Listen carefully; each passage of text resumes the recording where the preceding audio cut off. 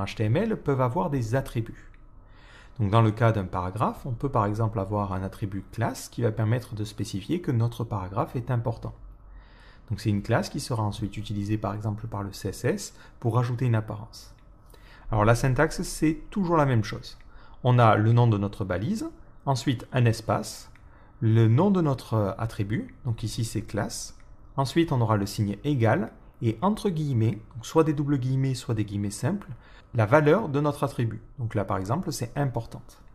Donc ces attributs se spécifient toujours sur la balise ouvrante. La balise fermante, elle, ne change jamais. Donc pareil, si vous voulez découvrir les attributs, il ne faudra pas hésiter à vous rendre sur la documentation.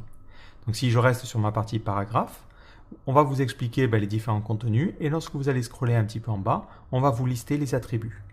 Alors dans le cas des paragraphes, il n'y a pas d'attribut spécifique, mais vous pouvez utiliser n'importe quel attribut dans la liste des attributs universels. Et là encore une fois, il y a pas mal de choses à connaître. Donc par exemple, on a ici la possibilité de définir la classe, le content éditable et ce genre de choses. Alors je sais, ça fait beaucoup d'informations à avaler, mais on les découvrira au fur et à mesure et en pratiquant, on en découvrira quelques-uns. Mais c'est important de savoir où vous pouvez aller dans la documentation pour comprendre de quoi il en retourne. Et encore une fois, dès que vous cliquez, on vous donne un petit peu plus d'explications.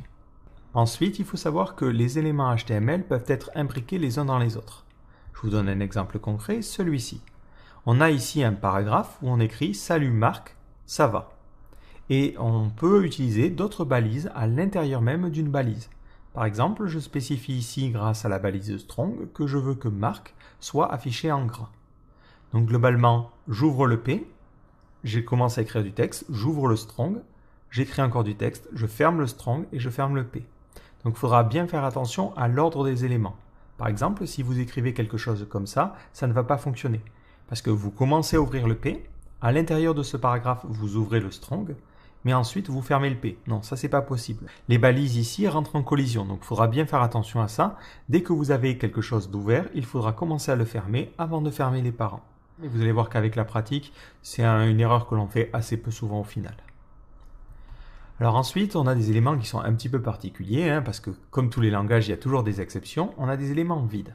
Les éléments vides, ce sont des éléments qui globalement n'ont pas besoin de texte. Typiquement, une image. Donc les images vont s'écrire de la manière suivante. On va avoir notre balise qui s'appelle IMG. On va avoir un attribut SRC par exemple qui permettra de spécifier le chemin vers notre image. Un attribut alt qui permettra de spécifier que représente notre image. Et comme on le voit ici, on n'a pas de texte